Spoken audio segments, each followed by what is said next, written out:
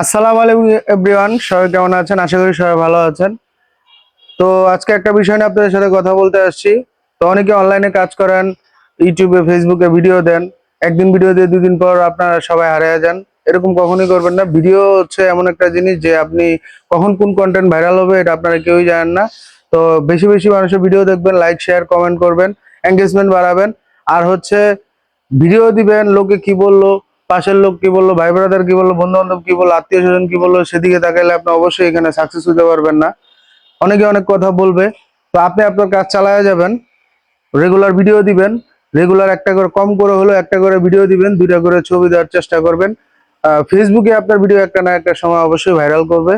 তো এখন হয়তো বা 300 400 500 ভিউ হইতেছে, একটা সময় দেখবেন মিলিয়ন, লাখ ভিউ, হাজার ভিউ হবেই। ঠিক আছে, ফেসবুক সবার জন্য উন্মুক্ত, সবাই ভিডিও দিবেন। কেউ যদি সাকসেস চান, একদিনে অল্প দিনে সাকসেস পাওয়া যায় না। সাকসেস পেতে হলে রেগুলার ভিডিও আপলোড দিবেন। অবশ্যই আপনার ভিডিও ভাইরাল হতে কতক্ষণ, কোন ভিডিও ভাইরাল হবে আপনি নিজেও জানেন না। ঠিক আছে, তো তো এই জন্য আর কি আপনারা রেগুলার কাজ করে যাবেন।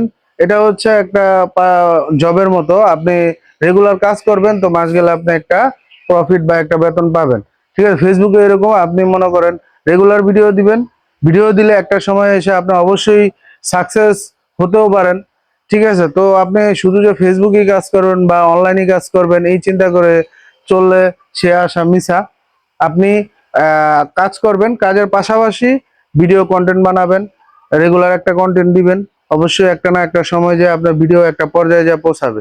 ঠিক আছে, আর হচ্ছে লোকের কথা শুনলে আপনি অবশ্যই ভিডিও তৈরি মেক করে করবেন না। লোকে কি বললো সেই চিন্তা করে আপনার যদি ভিডিও মানে কন্টেন্ট জগতে আসেন, তো আপনার কোনো ফায়দা নাই। তাহলে আপনি মনে করেন এই কথা হজম করতে পারলে আপনি ভিডিও বানান। অবশ্যই সবাই ভালো থাকবেন। ভিডিওটা যদি ভালো লাগে অবশ্যই লাইক শেয়ার করবেন। আল্লাহ হাফেজ।